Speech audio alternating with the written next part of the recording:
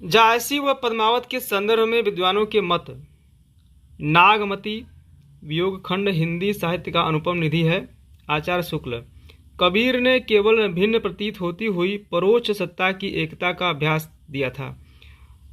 प्रत्यक्ष जीवन की एकता का दृश्य सामने रखने की आवश्यकता बनी थी। यह जायसी के द्वारा पूरी हुई। आचार्य शुक्ल।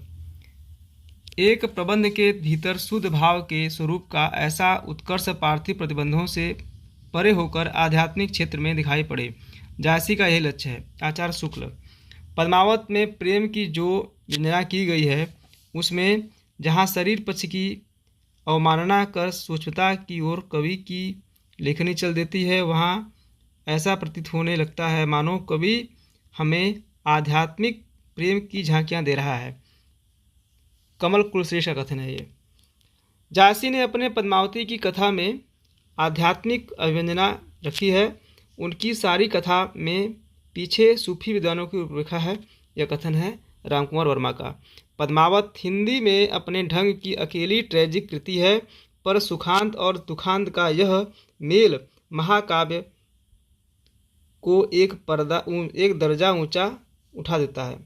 विजय नारायण शाही ने कहा था। जायसी की अवधि की अवधान है। जायसी की अवधि की अर्धान है। किसने कहा था? बच्चन सिंह। काफ़ी इंपॉर्टेंट पूछा गया है कि जायसी की अवधि की अर्धान है, तो बच्चन सिंह।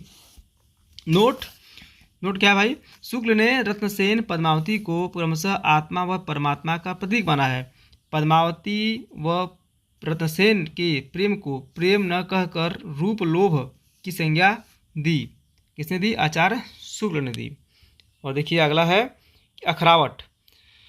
तो देखिए अखरावट में है ये जो सैद्धांतिक रचना है, इसमें 54 दोहे हैं, 54 सोठे हैं, 317 अर्धालियों का प्रयोग किया गया है। इस ग्रंथ में जायसी के ने देवनागरी लिपि के एक एक वर्ण को लेकर सैद्धांतिक बातें की है। इसका वर्ण विषय सृष्टि की उत्पत्ति जो कि मूलतः कुरान पर आधारित है। इस रचना में गुरु चेला संवाद की भी योजना मिलती है। अगली रचना की है वो है आखिरी कलाम, जो कि इसमें कि आखिरी कलाम बाबर की प्रशंसा में लिखी गई थी। इस रचना में जायसी ने क़यामत का वर्णन किया है और सृष्टि की नाशवाद की है। इसमें इस्लामी मजहब के अनुरूप हस्र प्रलय की कथा वर्णित है जो कुरान पर आधारित है।